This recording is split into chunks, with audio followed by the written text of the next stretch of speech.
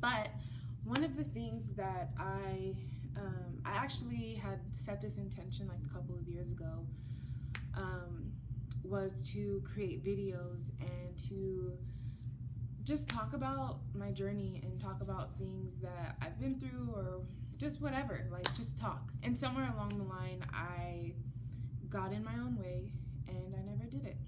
And the camera that I bought sat on the shelf for like 2 years, and I literally just got in my own way. And as uncomfortable as it is to do videos and it is to put myself out there, really what it is, and I got down to the root of the cause, was, do people want to listen? Like, do people want to hear what I have to say? And at the end of the day, like, what I realized is, like, it doesn't matter, you know, because my intentions weren't there for like a mass audience. My intentions were to just share with whoever wanted to listen, whoever that may be, even if it's just one person, even if it's just for myself to have down the line. And so here I am. One of the things I want to share is my nursing school journey. A lot of people are constantly asking me, how do you do it? Like, you know, you have kids and I'm like doing all of these million other things, and how do you do it? And I mean, the best answer for that is I don't know, I just do it. But I know that one of the things was, when I made the decision to go back to school and to start this journey, I didn't think twice about it. I just did it. I just got into the classes that I needed to do, and I made everything happen along the way. And I took it one day at a time. I think that has been the most important thing along this journey, was taking it one day at a time, because I can sit here and think about all of the things that are going to happen and all of the things that are going to go on down the road. And I could sit and think about all of the things that could happen, but then you get stuck in this shoulda, coulda, woulda. Like, just like I didn't do this video for 2 years. And you just get in your own way. So you get in your mind and then you don't do it. So for me, it was just doing it. And it is something that I'm very passionate about. It's something that I love. It's something that I wake up, and although it's hard, it's worth it. Anytime that I've had like hard days, those days get turned around right away.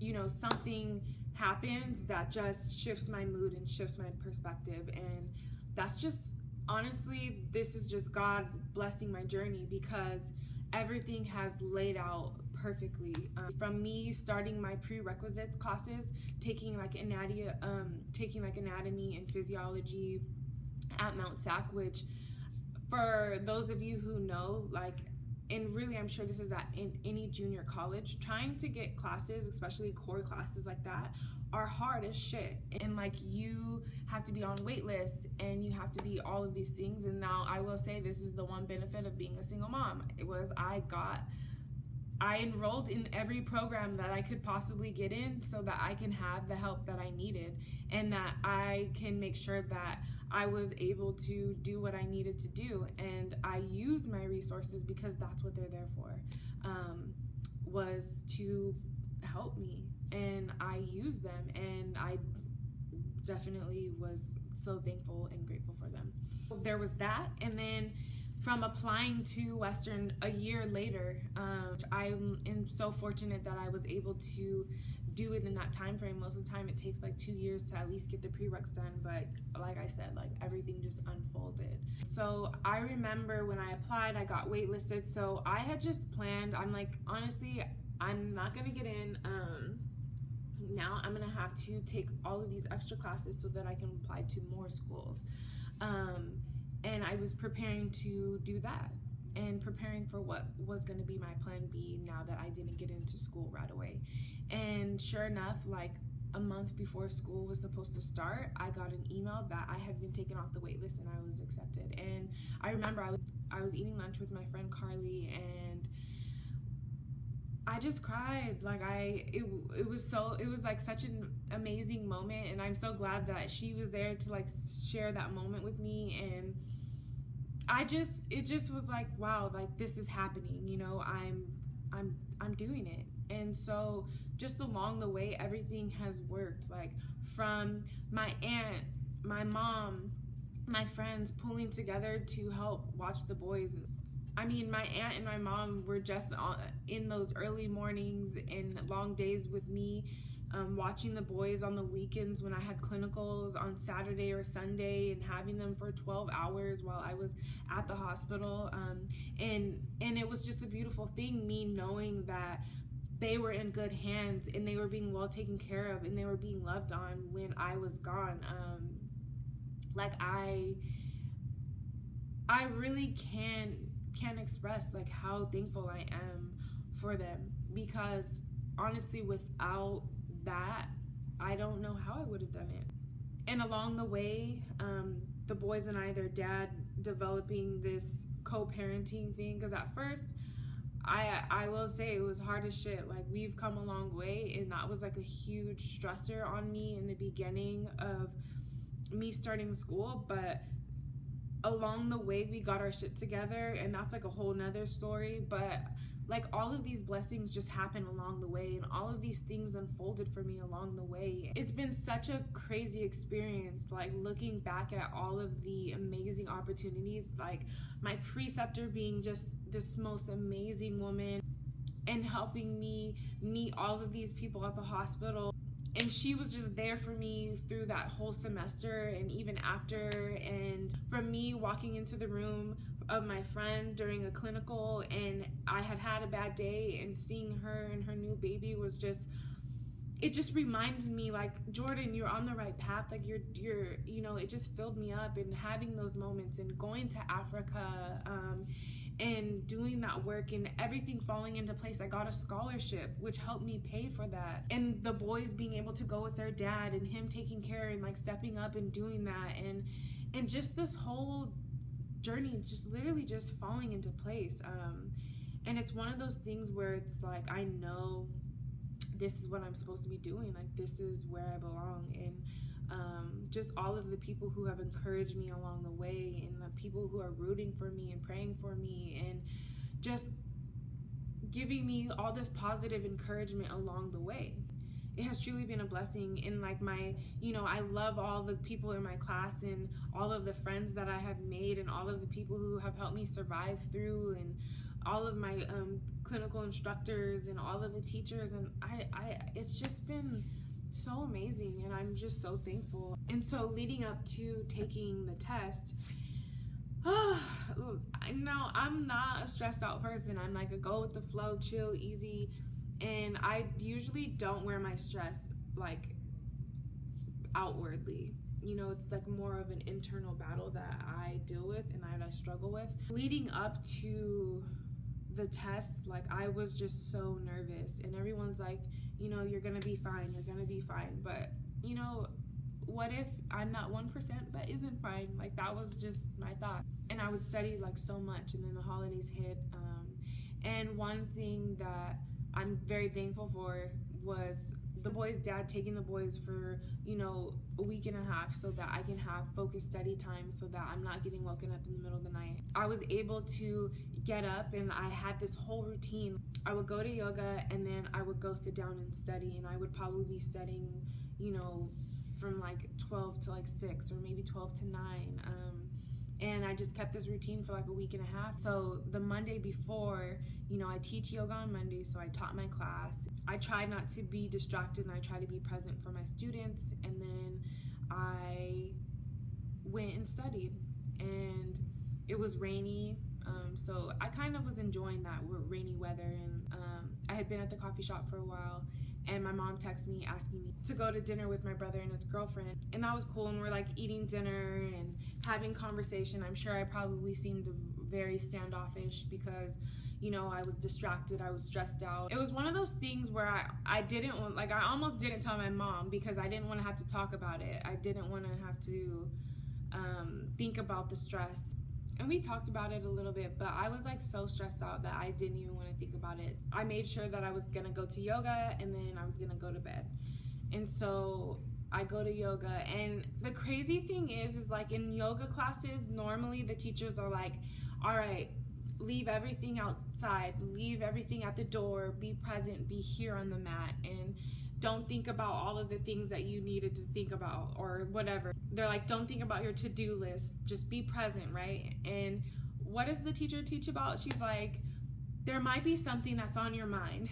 There might be something that you're dealing with, that you're going through. So for the first half of the class, I'm giving you permission and I want you to think about it. And I'm like, what? Okay, like, okay, all right. So I come to class to like not think about it, and here I am having to think about it. And it was just so interesting. And so she told us, you know, set an intention for that thing or create a mantra for that thing. And so throughout the whole, you know, time when I'm focusing on my nursing test that I have to take tomorrow, my mantra was, you worked hard for this. You got this. You worked hard for this. You got this. I have worked so hard for this day, for this test, and I wasn't gonna psych myself out about it. So I just kept, you know, repeating like, you got this. You have worked hard for this, like reminding myself. It's not like I had crammed like the weekend before to study. Like I had been studying. I've done over 2,000 questions. Like I worked hard for this and I got it. And so that was just so interesting, like having to sit there and focus on it when I didn't want to, and I wanted to not be there. I wanted to separate from that, and I wanted to not have to think about it. And here she was like, think about this. And being able to set that mantra, like, you got this, you worked hard for this. I got out of the class and, you know, I felt a little bit lighter, and I called my friend Cody because he was like, all right, call me before you go to bed. And so I called him and he gave me my pep talk and, you know, told me to go stand in the mirror before I take the test and just affirm myself. And he affirmed me and reminded me, Jordan, like, you worked hard as shit for this. Like, you got this. Now, I don't know if I fully believed it. I was terrified as shit.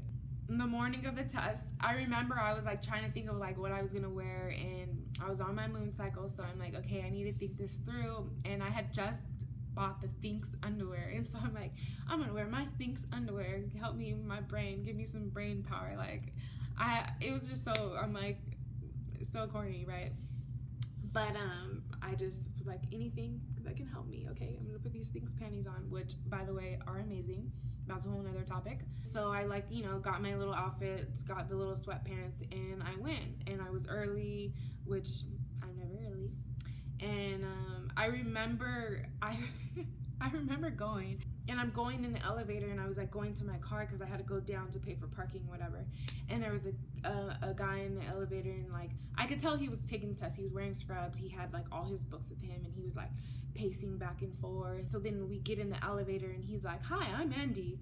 I'm taking a test today." And I was like, "Oh shit!" Like, he's so nervous. Like, he just was like just talking. It was almost as if he was like scripting, because he just was talking because he was so nervous. And I'm like, okay, don't let this get me off. Don't let this distract me. You got this, okay? You know, I'm just calm. Like, I'm cool. I got number one. I was the first person to like go inside, get all my stuff, and it was like this whole intense process. They like make you take my earrings off. You know me, I like always have my earrings, pat you down, do all this stuff, whatever. And then I go in and I'm like, wow, like, it's here. I'm taking this fucking test. And I start taking the test, and I'm like, oh fuck, I don't know any of these answers. Oh fuck, I'm about to fail. And so I started seeing floaters. I kid you not, I was panicking. I started seeing floaters, like everything was blurry. I'm like reading like out of one eye, reading it over, like, oh fuck, I think this is right. I think, oh, like, just so defeated. And then I had to like, I'm like massaging my neck, like closing my eyes, like rubbing my temples, like deep breathing. And I just seen myself passing out in this test room, like being that girl and just fainting. But somehow I got my shit together, and I just finally just came to the realization, I'm like, I'm here taking this test. I studied for this. I got this. Just put what I know and do what I know. Go back to the strategies that they taught us. Go back to all of the things that they taught us to get here, to take this test. And so I finished. It was like 75 questions, and then they had you do these like practice questions after, which I was like blacked out. And I left. So I called my friend, and literally I didn't even say anything. I just cried. I cried. Like, I feel like I can cry right now because the defeat, like, I knew I felt it. Like, I just cried because I was like, I worked so hard for this, and I'm gonna fail this test. Oh, and I had a migraine. So I had like a stress-induced migraine that happened during the test. And so I went home. I was leaving the next day to go to Florida to go see the boys, and so I had to go home, like, finish packing up my stuff. I laid down for a little bit, just trying to like decompress. I was very standoffish to my mom. I didn't want to talk about it because I like literally felt like I failed the test. I went and got ramen by myself, and I had scheduled a facial. So I had went and got a facial, a hydrofacial, which I'm so glad I did because that felt so amazing, and it was like just the right thing. But I was still so anxious, and I was still so tense from that experience. And so then I'm like, all right, what can I do? So I went to a thrift store. I went in retail therapy. I went and bought some pants. And then I was like walking by, and there was a tattoo place, and I was about to get a tattoo, but they didn't have tattoo artists. So I went and got a piercing. And I went and got dinner, and then I just chilled out. And so I remember like going on the website, checking, even though they said it's 48 hours, but I kept checking, and never seeing my name. So then the next day I went to go fly to Florida to be with the boys. I was still very distracted, but they provided, some kind of, peace. So then I text my friend, and I'm like, I failed. I'm like, I know I failed it. It was so hard. And I was like trying not to discourage her because I know, we're all taking the test, but I just needed to get it out. And I was like, it's so hard. Like, I literally failed. She encouraged me and just said, I'm sure you did it. That night when I was in Florida, I think I went to bed at like 11, but then I woke up at like 1:30 because I could not sleep. So then I was checking the website again. So then the friend that I was talking to earlier, she texted me and she was like, I was so nervous to tell you, but I took the test and I passed. I did it. She was like, I know you did too. So I was like, oh fuck, like that means the results are up. So I looked again, and like sure enough, my name was there. I took my phone and I told him, Skylar, look, it's my name. And he didn't understand what it meant, and I just sobbed. Like, I went in my hands and I was crying. But it wasn't like a yes, it was like a boo-hoo, like just release of all of that stress and anxiety, and just, it was like it washed out of me. And I remember the boys woke up, and Skylar's looking at me, wondering if this was a good thing, if this was a bad thing. He didn't know. He was like, did you pass? Or what happened? I'm like, yes, I passed. And like, it's just a lot. Like, it just was a lot. And the next day when they woke up, they were so excited. And having the boys there was really cool because they've been along this journey with me. They were at my white coat ceremony. They were at my pinning ceremony. And so they were there, when I passed. They've been there through this journey just as much as I have.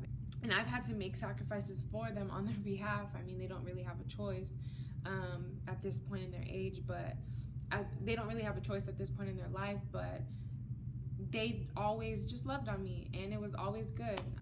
And so I'm just so thankful that I decided to go for it, and I decided to follow my heart, and I decided to take a risk, and I decided to not take the easier road and do something that was going to be a bit more challenging, because ultimately it's something that I love, and it's something that is deep in my heart that I'm passionate about. And one of the things that truly makes it all possible is working hard. Like, I didn't just take these risks. I didn't just step into this path thinking I was gonna be walking in the park. Like, it was hard. There was a lot of crying. There was a lot of stressed out moments, and there was a lot that went into it, but I worked so hard. That's one thing, is like, I encourage you to take risks, and I encourage you to maybe step outside of the comfort zone to get what you want, but know that you have to work for it. Like, you can't just expect things to just happen for you. You have to work for it. And I think that's what sets things apart sometimes, is the work and the effort that you put into it, and being intentional about what you're doing. to get it done. So that's my journey. Okay, so just like beginning, it's always so awkward. I'm like, do I say hey? How do I start? But the end is weird too. I'm like, okay, bye.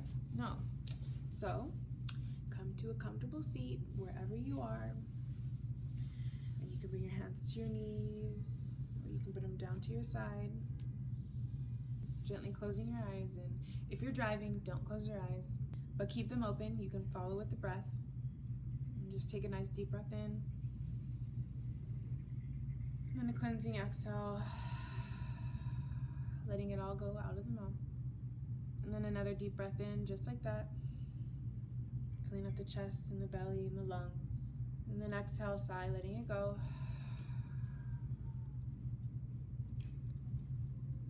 And then one more cleansing breath, deep breath in. And then exhale, sigh out of the mouth. And then bringing your hands to your heart center. Or just maybe bringing the intention to your heart if you're driving. And allowing yourself to just take a moment to reflect on your own journey. Reflect on where you've been, where you're at, and where you're going. And honoring all of those spaces. Thank you for listening. The light in me honors the light in you.